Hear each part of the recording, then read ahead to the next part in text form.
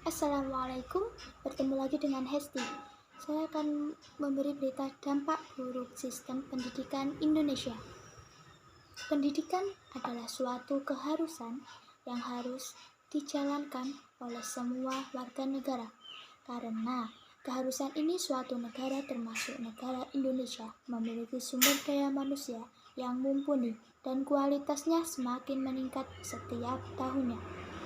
Program pemerintah selalu diupdate setiap tahunnya dengan harapan membawa dampak yang lebih baik lagi bagi pelajar Indonesia.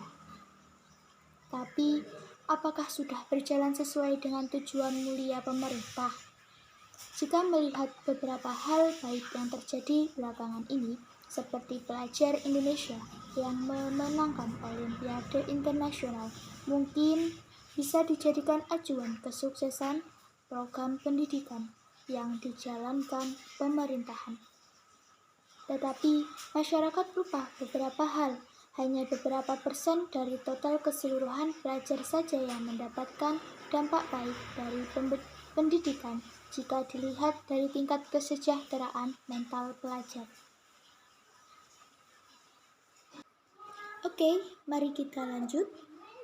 Beberapa tahun belakangan, banyak ditemukan kasus kekerasan pelajar terhadap sesama pelajar.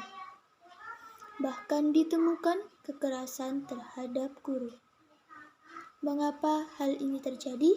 Ada masalah apa sehingga murid-murid menjadi liar seperti ini? Jika ditelusuri lebih dalam, beberapa kasus terjadi karena murid-murid merasa tertekan dengan mata pelajaran yang diajarkan dan berakhir mencari pelampiasan. Jam belajar yang tinggi akan tekanan juga menyebabkan beberapa anak membangkang dan memilih tidak menaati peraturan sekolah.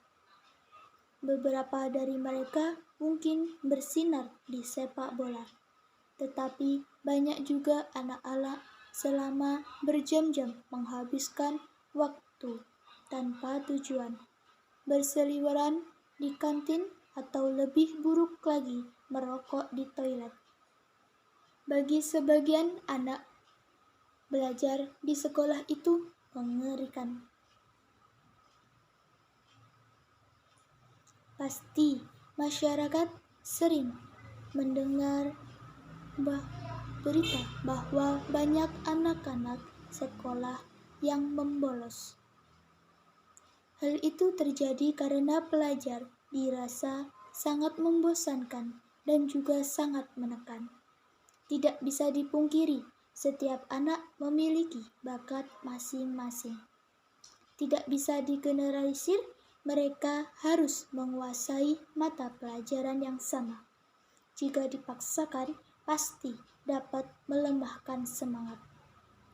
Lebih buruk lagi adalah kesenjangan antara pelajar semakin besar.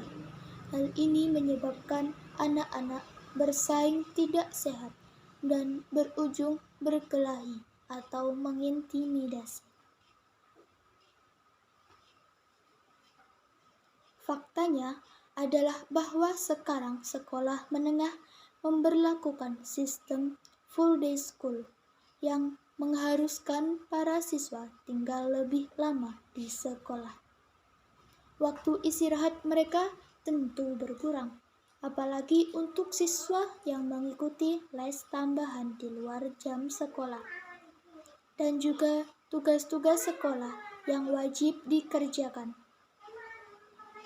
Secara keseluruhan, anak-anak sekolah kekurangan ruang belajar dan istirahat. Pada saat yang sama, anak-anak melaporkan kurang memiliki kesempatan untuk bersosialisasi dengan teman di luar sekolah.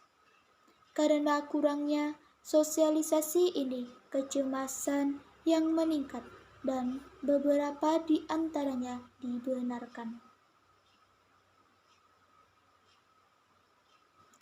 Hal yang dirasa cukup buruk karena anak-anak akan beralih menjadi kesibukan lain, yaitu bermain smartphone, daya tarik game, dan media sosial telah berkontribusi pada perubahan waktu luang mereka yang sedikit. Saat ini sudah sering dijumpai bahwa pada hari sekolah juga beberapa anak muda telah kehilangan kesempatan untuk berinteraksi satu sama lain, untuk bermain game, berlarian, bertukar cerita. Stres ujian dan penyakit mental di kalangan remaja adalah hal yang perlu diperhatikan lebih jauh. Sekolah adalah untuk pendidikan. Sekolah adalah tempat orang belajar berteman dan bergaul dengan orang lain. Selama masa kanak-kanak, anak-anak mengembangkan karakter dan minat mereka. Selain itu, juga memberi kesempatan untuk mengekspresikan pandangan. Semua ini adalah bagian dari persiapan untuk kehidupan dewasa. Kesimpulan berita yang saya sampaikan adalah para peneliti menunjukkan kekhawatiran tentang standar yang mendorong sekolah untuk memasukkan sebanyak mungkin pembelajaran formal, dan kekhawatiran tentang perilaku yang membuat mereka memandang sekolah secara negatif. Latar belakang penyebab stigma ini adalah budaya di mana semakin banyak waktu yang digunakan untuk belajar, maka semakin tinggi pula persentase kecerdasan yang didapatkan. Padahal tidak seperti itu sepenuhnya. Orang-orang dari segala usia membutuhkan kesempatan untuk beristirahat, dan orang tua harus mendorong anak-anak untuk tumbuh dengan baik. Hak itu memperoleh ketenangan jiwa dibutuhkan agar proses belajar bisa maksimal. Ini bisa dianggap sebagai hak mereka.